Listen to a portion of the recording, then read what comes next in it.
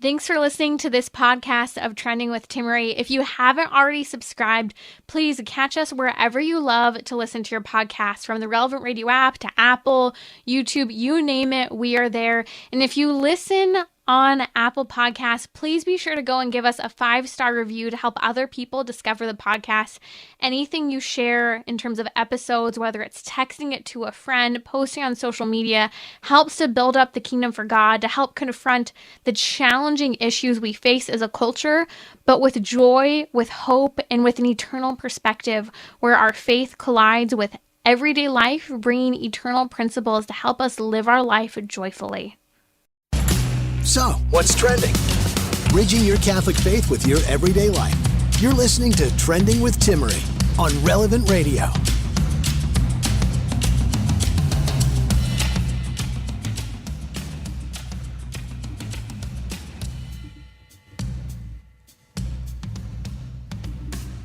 Welcome to Trending. It's so good to be with you. We are diving deep into the pro-life issue today. Why is this important? You might hear it in the news, the media, debates and conversations with people you know, but stay with me because we need to continue this conversation, strengthening ourselves in the pro-life debate to understanding what's happening in this current fight over abortion as we're getting ready in a couple weeks for this historic moment where we are voting as the people on abortion and whether or not to expand it or not in some of our states, and also voting for politicians and what they believe with regard to expanding abortion. So please stay with me. It's an important topic. We're going to be joined in just a moment by Dr. John Bruchalski. He is an OBGYN. He did perform abortions at one time and now fights to save the lives of women, working in crisis situations with high-risk pregnancies, to doing incredible pro-life work today. Hearing his conversion, it's so profound. We're going to talk about that question. Do you save the mom or do you save the baby? We'll discuss his story and transformation into the pro-life community and what an OBGYN says with regard to whether or not there need to be restrictions on abortion. We're taking your tough abortion questions, so give me a call. The number's 1-888-914-9149. You can also ask your question now on social media. Just follow me at Timmerie, Timmerie. Those tough questions, those tough arguments, or ones that you maybe even yourself are grappling with. I'd love to hear from you and help you to respond to those questions. Joining me now is Dr. John Bruchowski. Again, he's the author of the new book, To Patients, My Conversion from Abortion to Life-Affirming Medicine, published by Ignatius Press. I'll post a link on my social media at Timmerie, Timmerie, in order to pick that up. He is, again, I mentioned an OBGYN, the founder of Tepeyac OB Divine Mercy Care. Again, he was a former abortionist. He's doing incredible work to fight to save moms and babies, giving incredible gynecological health and work to women today. You're listening to Trending with Timmerie here on Relevant Radio. Dr. Bruchalski, welcome back to Trending. Oh, Timmerie, it's great to be with you tonight.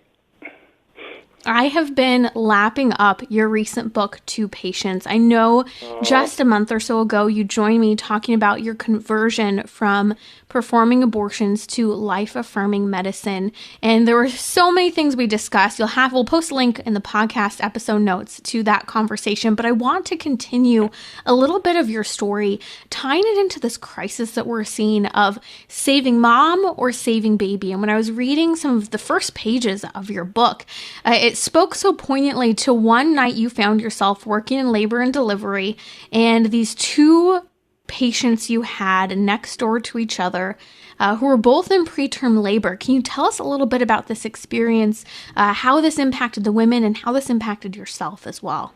Oh, sure, Timmerie. If you can imagine, I was already beginning to go back to the faith. I was at an evangelical church down in Virginia Beach, First Assembly, and they ran a pregnancy center at night. So believe it or not, at night, I was in a pregnancy resource center. During the daytime, I was a second-year resident doing all the things that an OBGYN would do, including abortion. So this evening, I was in one room saving this 22-week-old baby as much as I could. Medication, gravity, calming her down. The mother wanted the child, So I was doing everything I could to keep the child alive inside her abdomen. In the very next room, separated by a wall, maybe 6 to 7 inches thick, the mother didn't want a baby about the same age. And she was in preterm labor, and since she did not want it, I didn't take a very good history. I ruptured membranes, gave her medicine, and delivered a baby. I thought about suffocating it because it was an abortion, meaning she didn't want it. But it felt a little heavy to me, so I put it on a scale, and it was over 500 grams, which meant I had to call the high-risk neonatal intensivist. If you can imagine, there I was calling a doctor to save the life of this child. And as this wonderful, believing woman walked into the room, she took one look at me, understood what was going on, and she said, "Hey, John, stop treating my patients as tumors. You're better than this. Have coffee with me tomorrow." And she began to tell me that I was better than this, my patients deserved better, and that as an OBGYN, we care for 2 patients, always 2 patients, never one just because the mother doesn't want to deal with one.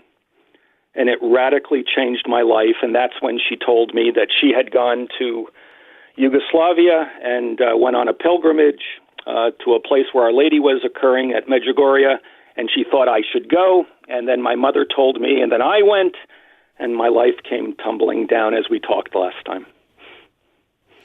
Wow, Dr. Bruchalski, to see the impact of being an OBGYN, following your story, how, God was preparing you for many years to care for women's health care, but that dichotomy that you experienced, and you talk about it in your book where you said, I trusted women. You make this reference, and can you talk a little bit to that challenge for you where you're reconciling, fighting for babies in one room, and because a child was unwanted, allowing that baby to die or participating in an abortion, how, that mindset a lot of people have of, quote, I trust women. What's wrong with that from a medical perspective when it comes down to those decisions that are made just like you made them? Well, we talk about, following science and following data. Well, what I realized was that abortion is a political policy solution. It was never meant to be a part of medicine. It's always been in the shadows of medicine, Timmerie.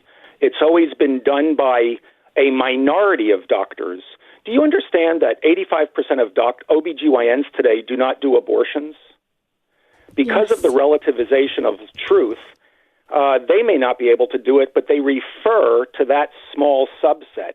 And that number is getting smaller and smaller and smaller because the brutality of what abortion is, especially in the 2nd and 3rd trimesters when the bones are getting calcified and you have to count body parts. And so what happens is that I listened to my patients because they were living textbooks, and they kept telling me, this is good for me, I need this. But over time, Timmerie, the data was slowly coming in because it takes years, if not decades, to see the results of what we were doing. And lo and behold, abortion and breast cancer, abortion and preterm birth, abortion and mental illness, suicide, substance abuse, depression, anxiety. That all takes time. So it was the facts that were coming over the reporting that we were reading in our journals, alongside someone who just stood up and said, John, you're better than this. And this whole idea that you need to end the life of an unborn child to save the mother's life is an absolute fake. It's a paper tiger argument. You never, ever have to pit mother against child, ever. You don't ever have to do it. And after almost 30 years of practice now at Tepeyac OB/GYN, we have found ways to take care of both patients, both mom and her unborn child, as far along as possible. And the experience and my own work with other doctors, and now the Association of Pro-Life OBGYNs, as well as the Christian and Catholic Medical Associations. There's great data out there. Charlotte Lozier is now putting out data that there's a lot of good data now on late-term abortions, as well as the brutality of what these abortions really do to doctors who are performing them. It speaks for family to this statement that I think all of us need to keep in mind as people try to justify abortion. And it's this: abortion is not a medical solution for women. Period. The fallout after abortion, as you just mentioned, is so significant, even if it takes time to fully see the effect. And it's lifelong, both medically, psychologically, emotionally, interpersonally in those relationships. And again, it's putting one patient above the other. And that challenge you received one day when you had a situation where you had two women in preterm labor, and one, you fought for the life of the baby, the other, because the woman didn't want the baby, the justification of an abortion was allowed. So let's talk a little bit about what you're doing at Tepeyac OBGYN, because this is so important. You deal with women in all circumstances, including high-risk pregnancies. How do you handle a high-risk scenario fighting for the life of a mother and child? Can you give us an example? Well, sure. Right now, we are a general OBGYN practice, and that practice sees a lot of preeclampsia, which is high blood pressure during a pregnancy, as well as severe diabetes. There's also many other cases of connective tissue disease and rheumatoid arthritis and lupus, and we partner with high-risk doctors in order to care for these patients. Now, there are many times, because of 50 years of Roe, we have lived with abortion on demand for any reason at any time. But at Tepeyac, because we value both lives, and we always treat the mother first, always, because the mom and the baby, the unborn child, they're on the same team. No woman, no mother wants to hear, oh, we have to kill your baby in order to save your life. That is not the way we are wired. That's not in our DNA. And we basically care for mom as far as we can, and then we deliver her child. Now, occasionally, because of, say, severe infection or hemorrhage, we have to deliver a baby prematurely, but we always go after the disease. One of the principles at Tepeyac is hate the disease, but love the patients. And so whenever we treat mom, we're treating the disease that is causing the problem. Remember, elective abortions, and you have to realize that the data that's out there, Timmerie, for abortions. Remember, we don't really count data very well because it's being counted by the abortion societies. They're not interested in giving us accurate data. And so whether it's the CDC or Guttmacher, California and, say, Maryland, I believe, they don't even count these. And that's where most of these later-term abortions are done. Well, believe it or not, when they've done studies, those late-term abortions, say after 20 weeks, are actually done for the same reasons that 98% of all abortions are done. Stress, social issues. It's not as if whenever they say, oh, it's due to the life of the mother. No. In fact, it's hard to pull out life of the mother from any of the studies regarding late-term abortions. And that's in our medical literature. So what happens is that you try to get mom and baby as far along in both cases, and then you deliver the child when the mother's condition warrants it. And that's the art and science and medicine of collaborating, because we have had 50 years of much better medicine these days. Can you imagine, we now have better ultrasounds, 3D, 4D, what have you. Well, we also have great medicine with medications and intensive care units where we can treat both mom and baby. The sad reality is that because we're so risk-averse in our lives, as soon as a problem begins to arise for any reason, all of a sudden, many doctors will push forth the abortion decision. And once again, it's really never necessary. That's Dr. John Bruchalski, an OBGYN, pro-life. He's author of the recent book, Two Patients, about my conversion from abortion to life-affirming medicine, available now. So please check it out. I post a link on social media as well as in the episode notes for today's show if you need to catch that a little bit later. As I was reading your book, Dr. Bruchalski, it kind of hit me for the first time that, arguably so, I look at this exception for abortion where many states have an exception for the life of the mother, for medical fallout, something happening with the mom that justifies why there can be an exception for an abortion in maybe an otherwise pro-life state, or to allow for a later term abortion than that particular state has currently sanctioned. And it dawned on me, I'm pregnant, I'm 31 weeks now. Oh, wow. And I am sitting here just thinking about it. I have struggled with Hashimoto's disease, polycystic ovarian syndrome, and I run really low on progesterone during my pregnancies. And so here we are in the second one, running very, very low on progesterone again, which earlier in the pregnancy can lead to miscarriage, later in the pregnancy can lead to preterm labor. And I do have a lot of contractions. And I was thinking about it as I was reading your book. Early labor and contractions can have a very negative impact on the woman, and it's an inconvenience. It's difficult. And in our current society, with all of the endocrine disruptors and the challenges to women's health in both conceiving and carrying a pregnancy to term, what I realized was it's so easy to find ourselves in a situation today where there would be an acceptance of, there's something wrong with the mom, or this would negatively impact the mother.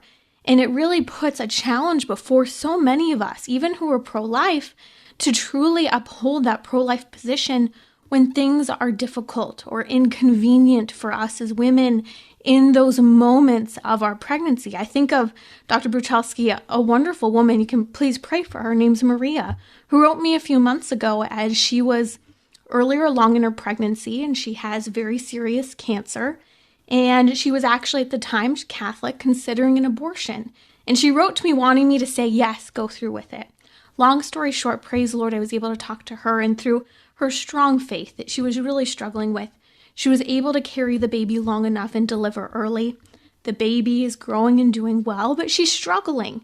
And to be pro-life is to continue to support that mom, right? In those instances before delivery, after delivery, and through all of those challenging moments, as there is a high risk to her body and her life.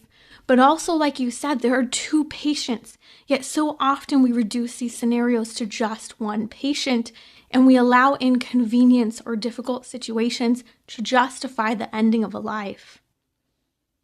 Timmerie, you do have your finger on the pulse of something very real there, both to the doctor as well as the provider, as well as to the patient.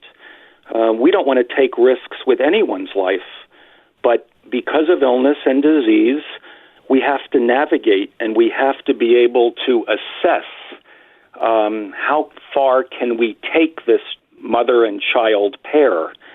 The intimacy of a child lined up with the placenta right up against the womb of its mother, the intertwining of two lives, so to speak. We've replaced mother with child with woman with a right to abortion, and we're constantly putting a wedge between mother and her baby. And what happens is one of my excellent peers, Dr. Byron Calhoun, a perinatologist, a high-risk doctor in West Virginia, he talks about that there's never a reason to take the life of an unborn child, since there's no maternal condition that requires the death of the fetus to save her life. And that's the amazing challenge here, because, can you imagine after all these months and years of COVID, we've sort of lost trust in the medical profession. We've absolutely lost trust in OBGYN for many of us because, the big lie for many of us, Christians, the big lie in the beginning of Genesis was that God the Father was a vindictive, angry, bitter, jealous Father, God. He started the creation, but he doesn't really care about us. That was the big lie number one. And then the second lie was that abortion was good health care. And what's happened is abortion is a political solution to poverty, and they're trying to push it as good health care. The challenge today is that we've had 50 years of living under that rubric, under that law, under that mandate, under that approach. And there are so many women today who want their doctors to go the extra mile, to look at them holistically, body, soul, and spirit. But whenever there is only a one-answer solution that is based on politics and fear, people begin to lose trust in the profession. And I know, for many of us, it's a real issue. And so you're onto something there, and you use the word inconvenience, Timmerie. And we don't have a sense of illness and suffering. It's almost as if our life has to be zero suffering, zero illness, and any stretch of the imagination entering into that world is ridiculous and should be done away with. In fact, I would say that the common denominator in the human condition is actually illness and suffering. And by trying to eliminate it, that is the kind of the nonsensical approach to healthcare or to life or to family. As you were speaking, Dr. Bruchowski, it made me think as well about this whole push to define women who are pregnant as pregnant people today. You see this a lot in media, and it's laughable because they're pregnant women, and in particular, pregnant mothers, right? And it's what we used to say. And it's, on one end, pushing this pro-transgender debate, trying to make the claim, which is totally false, that men can get pregnant too if they identify as transgender, or that if a biological woman who identifies as a man gets pregnant, that suddenly somehow a man has miraculously conceived. That's one side of it, but I think another part of it is this ongoing attempt to divorce that relationship between mother and child. And if we say pregnant people instead of pregnant women or pregnant mothers, we further sever that bond, that connection that a woman has with her child. So I want to come back talking to you about why you as an OBGYN say that there must be restrictions on abortion. This is the major debate. Many states, 5 states in fact, are getting ready to vote on whether or not they will allow their state to be more pro-abortion and more permissive on the abortion front, or perhaps to pass to their state constitution restrictions on abortion access. So we'll talk about how to have those conversations and understand from a medical perspective, and from Dr. John Bruchalski, an OBGYN who once performed abortions but is pro-life and provides life-affirming care, why we don't need access to abortion for women, not even for the health of the mother. Please check out Dr. John Bruchalski's work at TepeyacOBGYN.com. That's TEPEYACOBGYN.com. We'll post a link on social media as well to his other incredible pro-life ministries that he's working with. I'll be right back here on Trending. If you have a pro-life question, a difficult pro-life argument you've heard from a friend, a family member, or maybe even one you just thought of yourself, we'll take it, giving you pro-life apologetics to have a strong answer and confidence in your pro-life position. Number's 1-888-914-9149, or you can ask your question now on social media at Timmerie. That's Timmerie.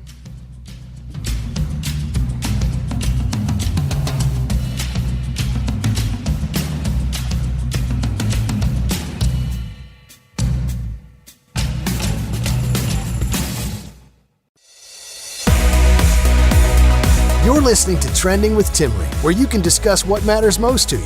Join the conversation, 888-914-9149. It's Pro-Life Hour here on Trending. I'm joined by a pro-life OBGYN who has shared his story with us here on Trending about having performed abortions and his incredible conversion to the pro-life position.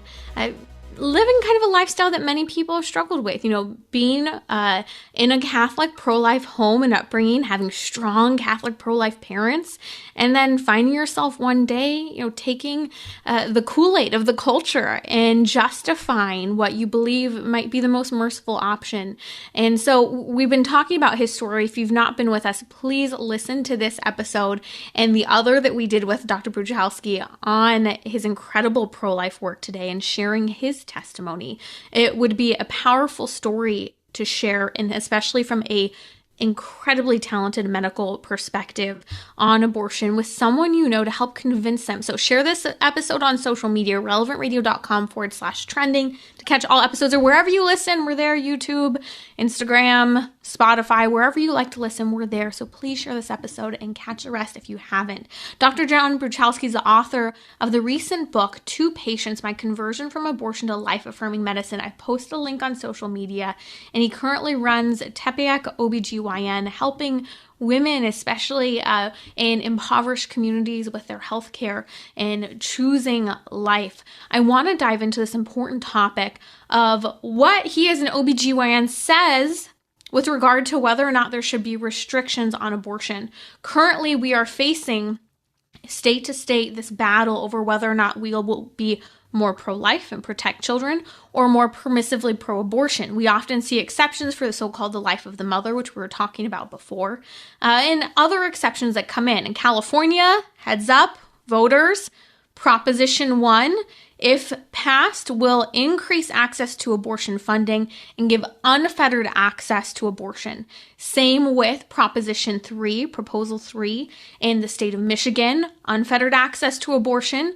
as well as in Vermont, Proposition 5. These three states in particular, if we do not say no and we don't receive enough no votes, in other words, we need no votes for life to protect life from these permissive laws, what will happen is not only will we see increased access to abortion, free abortions, but also, especially in Michigan and in Vermont, these laws are written because the pro-abortion culture is so upset that they're losing control over women's bodies that now they're writing into these propositions to make it so that children, toddlers, 15-year-olds, 17-year-olds can also move forward with a quote-unquote sex change, bodily mutilation if they identify as transgender, and or with cross-sex hormones that are puberty blockers and have permanent damage. And so you need to vote in those three states in particular. Dr. Bruchalski, let's talk a little bit about restrictions on abortion. Can you speak, especially from a medical perspective, in those challenging circumstances that medical professionals find themselves in, why there need to be restrictions on abortion? So I'll do my utmost to do that, Timmerie. Being an OBGYN at Divine Mercy Care, and our tagline has been transforming hearts through health care. And so I really believe that as physicians become comfortable with life-affirming medicine, they will continue to really meet their patients one-on-one, heart-to-heart. And so we know that 85% of doctors do not want or do not perform abortions. That's number one. Number two is we also know that probably 85% of women and men don't believe abortion on demand, okay? And so we also have to realize that close to 98% of all abortions are done for convenience reasons, and we have already moved to medical chemical abortions. In many states and in probably across the country now, over 50% of all abortions are done in the first early weeks with medication, with chemicals. Now, once again, abortion has always been pushed by our profession, the American College of OBGYN. In 1970s, they did a top-down approach where the political reality changed. They never took our vote. They literally just forced abortion on demand, abortion as good medicine, upon our specialty, despite the fact that the vast majority of OBGYNs did not do abortions. So, with the populace and the providers and the physicians against abortion on demand, they see this leaving. And so across the country and in federal, Supreme Court cases, the American College of OBGYN has never come on the side of any common sense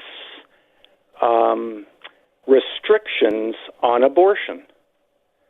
Now, whether it's parental acknowledgement, whether it's a waiting period, they've never, ever supported any of that.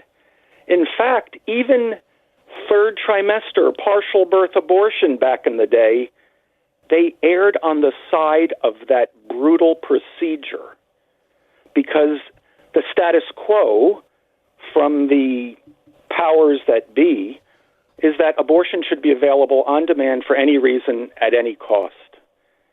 And once the science becomes polluted with that politics, the science of two patients goes away, the fact that we have to end the life of a child in order to save the mother's life. Once again, there are good perinatologists now that are saying that's, we don't, the death of the child is never required to save the life of the mother.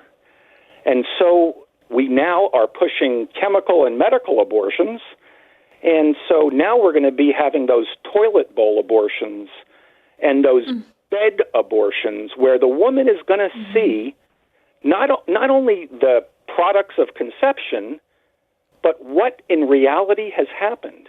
So she's going to suffer all the pain herself and the cramping and the incredible bleeding and all that goes into that, maybe with or without her significant other. Can you imagine what post-traumatic stress is going to be like years from now? That's the number one thing. We also know because of good science that we can get mom and baby far along where viability gets made and the child can be put in the nursery where we have the medical ability, acumen, to do so.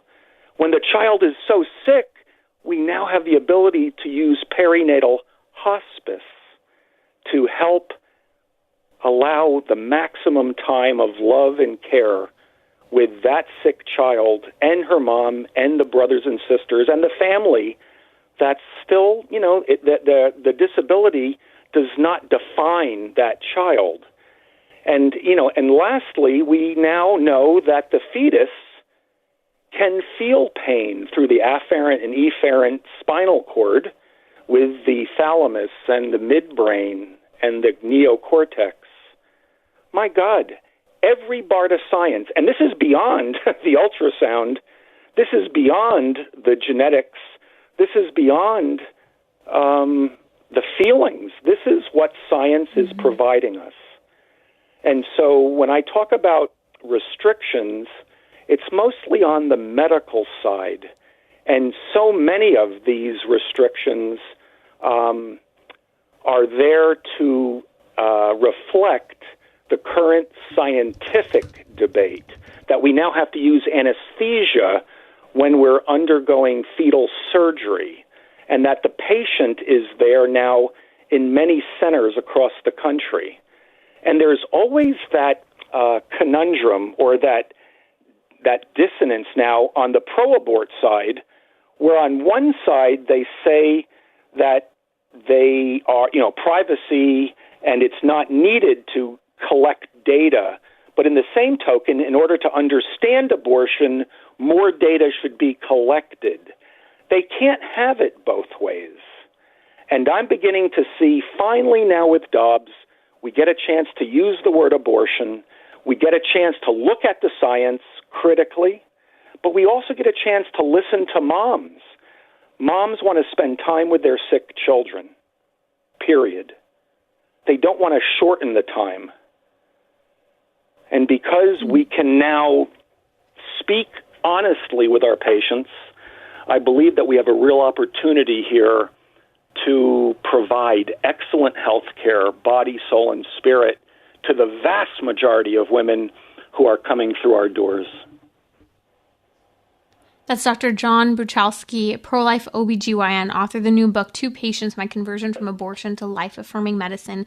Catch the book now. It's a new book, incredible. I'm still reading through it, and wow, it's hard to put down because you speak so poignantly into the challenges of the culture and the battle that many can face, even, kind of coming from a pro-life position and maybe being tempted by the culture to support abortion. You mentioned something very important having to do with the mental health crisis of both the impact of late-term abortion as well as chemical abortion today. We know that Planned Parenthood and the greater abortion movement is pushing for greater access to chemical abortion, which, as you stated, makes up over 50% of all abortions today. The mental health crisis is real. We're seeing that Planned Parenthood is actually advising women to take the chemical abortion far later than is safe or approved and is recommended for the RU486 mifepristone abortion. And what I'm hearing from crisis pregnancy counselors, Dr. Bruchalski, is that women are coming to the crisis pregnancy centers after the death of their child via chemical abortion, absolutely traumatized because they were advised to do a chemical abortion and they did it later than is normally advised.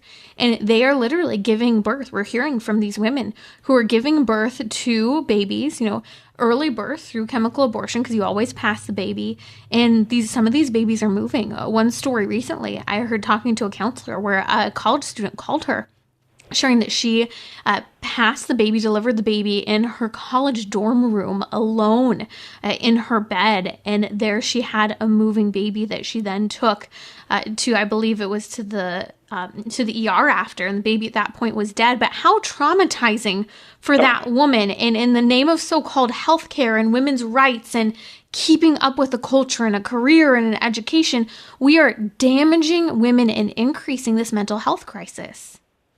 So, I'm 62 years of age, Timmerie, and I'm learning about gaslighting.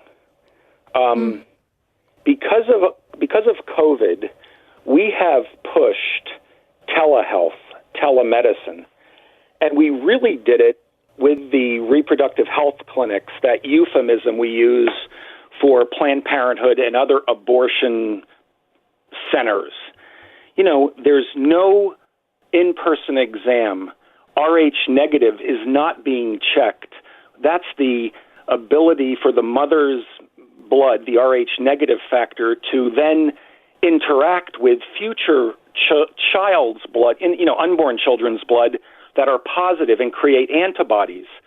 So that something that we took care of through ROGAM over the last 50, 60 years may now come back.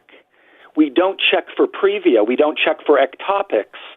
We are literally over the telehealth, over the virtual reality. Yes, okay. And now it's even being done by non-doctor providers. And all of a sudden, we now talk about the mental health issues of the actual delivery. But we've realized that on many international studies, there's an 81% increase in mental health issues. There's 150% substance abuse increase over baseline. There's 100% increase in suicidal ideation. And on one hand, we're being told by my friends on the other side, because once again, they're for the grace of God go I, Timmerie. I have a very hard time demonizing anybody in this. They're saying you need to shout your abortion. Be proud of this. Are you kidding me? Because if you are suffering from your abortion, it's on you, they tell you. They're actually pushing that onus on the woman because she was probably too religious to begin with already. So now, on top of a visceral, brutal, bloody, painful abortion in her bed or toilet or bathroom or apartment or home, with or without other children available, with or without her partner. We now have all of this data that we've collected. I know in the UK that they actually have to tell the woman as informed consent about the mental health issue, the depression, the anxiety. And I agree with you. And so here we are at a point in time where science is improving our care of one another, and here we are still saying it should be available on demand for any reason at any time, barbarically. And it's not safe for women. Yeah, it's not the best medical option, the mental option. You've seen this firsthand, Dr. John Bruchowski, and it's so important that we have the voices such as yours fighting for life, giving that candid, pro-medical, pro-science perspective that tells the truth about life. Dr. Bruchowski, thank you so much for joining us. Please read his book. Read it and use it as a tool to talk to people who are on the fence over the abortion issue. The book's Two Patients, My Conversion from Abortion to Life-Affirming Medicine. It's published by Ignatius Press. Our good friends over there will post a link on social media that's there. Just follow me at Timmerie, Timmerie. I've also tagged Dr. Bruchalski on social media as well, especially Instagram. If you have a question, the number's 1-888-914-9149. Taking your questions on abortion. Some really great ones are coming in. Happy to answer them. Again, 1-888-914-9149.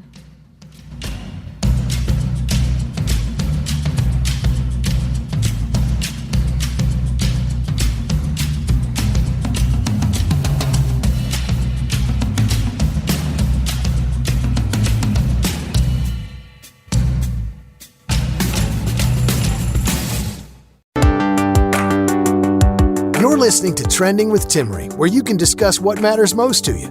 Join the conversation, 888-914-9149. Hey, welcome back to Trending. It's so good to be with you. Thanks for joining me. It's been Pro-Life Hour, and oh my goodness, if you were not with us before on the show, Dr. John Bruchalski, the pro-life OBGYN who performed abortions many years ago and does incredible life-affirming care, was here to talk about the importance of understanding why we never have to vet to mom against child, child against mom, picking one life over the other. Why there should never be a medical exception for abortion to save the life of the mother. There's no such thing.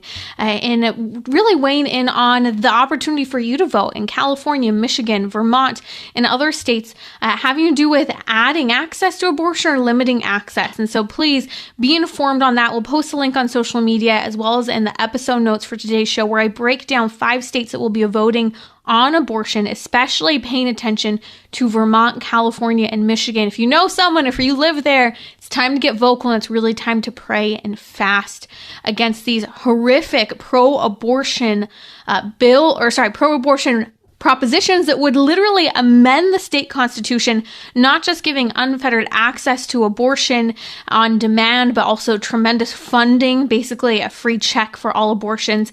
And especially, and get this, in Michigan and Vermont, this so-called Reproductive Health Care Act, or whatever they're calling it in the given state, they're actually working so that this would give access for minors, for toddlers, for 15-year-olds to actually take cross-sex hormones, puberty-blocking drugs that render children, minors, permanently infertile, and even to go through with a so-called gender-affirming surgery. These are absolutely outrageous, and we need to fight this. Prayer, fasting, and vocal action, spreading the word. So we need to do our part, whether you live in the state or not. We need to spread the information and have those important and difficult conversations. And Dr. Bruchalski's candid conversation here is a very helpful on that note. Okay, questions are coming in. I want to take some of them.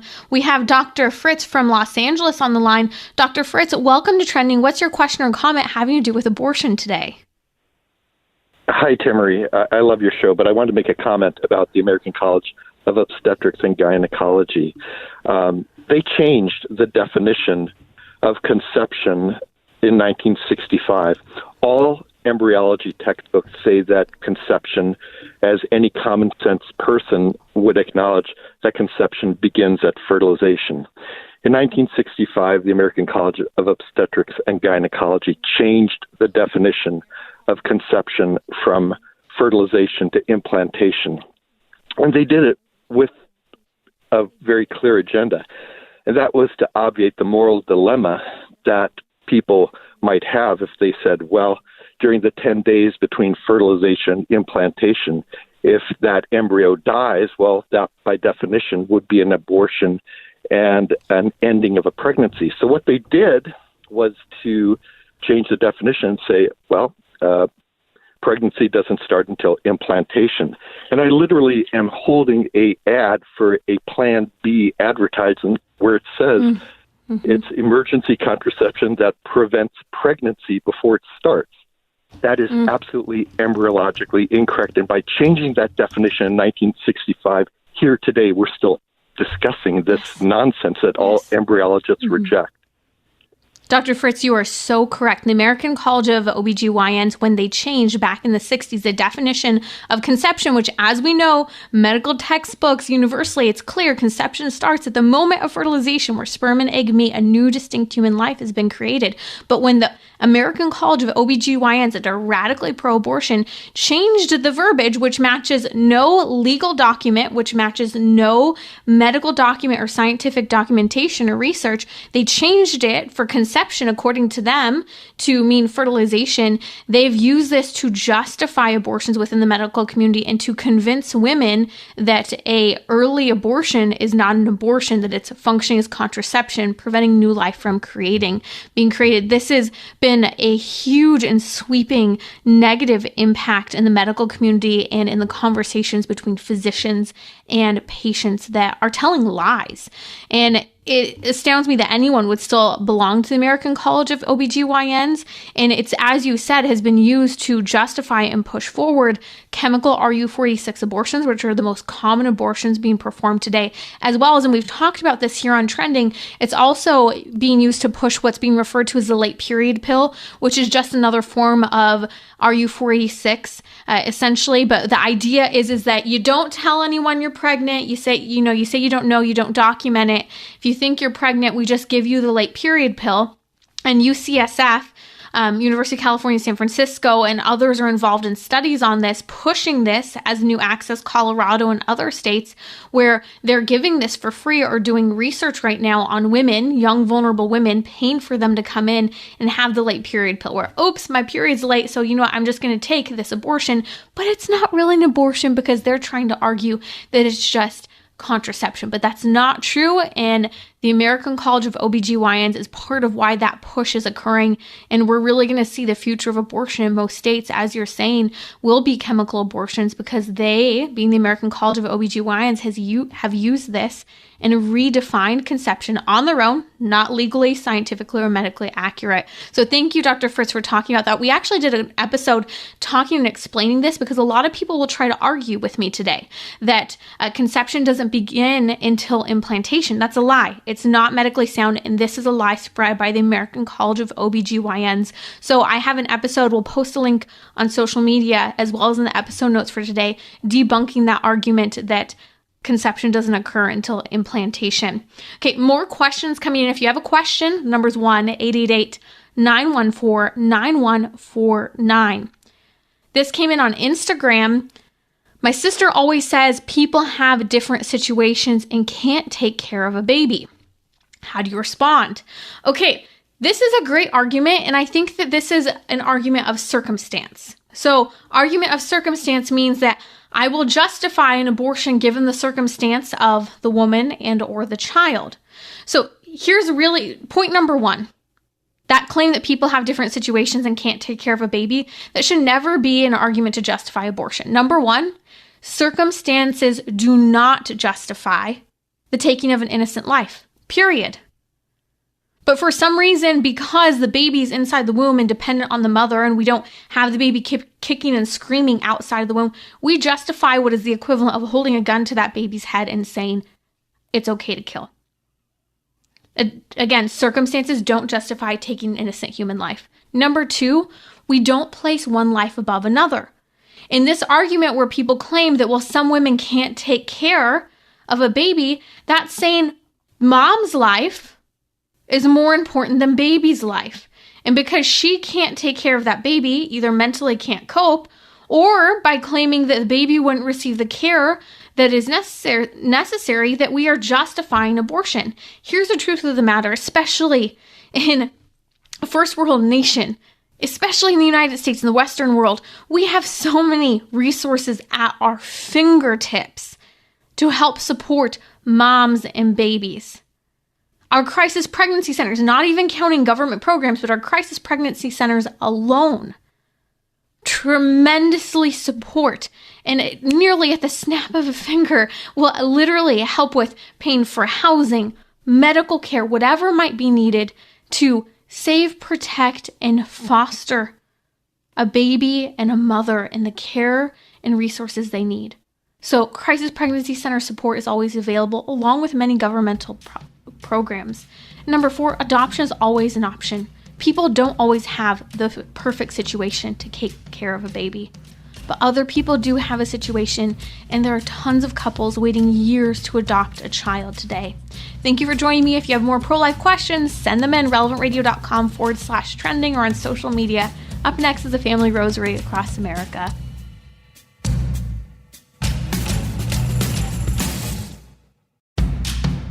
This is Timmerie from Trending with Timmerie. Join me for our weekly Gentleman's Hour. Listen up. I'm going to be joined by my guest to talk about her experience with betrayal trauma and how a man's pornography use impacted her. We'll also talk about the impact of abortion on men and take your questions on anything having to do with our faith and culture and where men meet in the middle. Join me Wednesday, 6 p.m. Central on Relevant Radio or the Relevant Radio app.